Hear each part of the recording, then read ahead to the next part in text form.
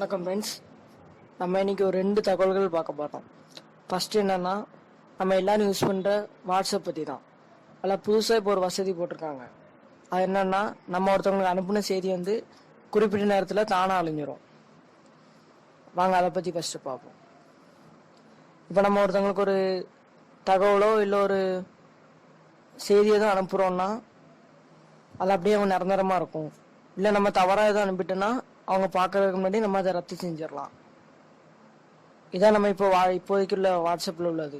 இன்னொரு புதிய வசதி என்னன்னா, நம்ம இப்போ அவங்களுக்கு மெசேஜ் அனுப்ப முடியல,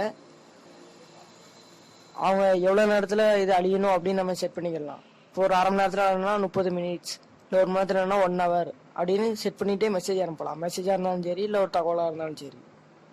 இது அந்த வாட்ஸ்அப் நிறுவனம் சோதனை பண்ணி பார்த்துருக்கு, சரியாக வந்திருக்கு. ஆனால் இது எப்போ அறிமுகப்படுத்த போகிறாங்க அப்படின்னு ஒன்றும் இன்னும் வெளியிடலை. அடுத்து நம்ம பார்க்க போகிறது என்னென்னா, காலர் டியூன் பற்றி தான். இப்போ நம்ம அடுத்தவங்களுக்கு ஃபோன் அடிக்க முடியல, ஒரு டியூனை செட் பண்ணிக்கிட்டாங்க. இப்போ ஃபஸ்ட்டு அது ரிலையன்ஸ் ஜியோவில் மட்டும்தான் இருந்தது. இப்போ ஏர்டெல், ஐடியா, வோடாஃபோன் எல்லா கம்பெனிக்காரங்களும் அதை கொண்டு வந்துட்டாங்க.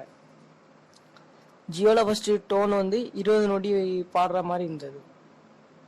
அதை இப்போ 20 நொடியிலேருந்து 25 நொடியாக கூட்டியிருக்காங்க. மற்ற கம்பெனிகளான ஏர்டெல், வோடாஃபோன், ஐடியா போன்ற நிறுவனங்களில் 35 செகண்ட்லேருந்து 40 செகண்ட் வரைக்கும் பாடிட்டு இருந்தது.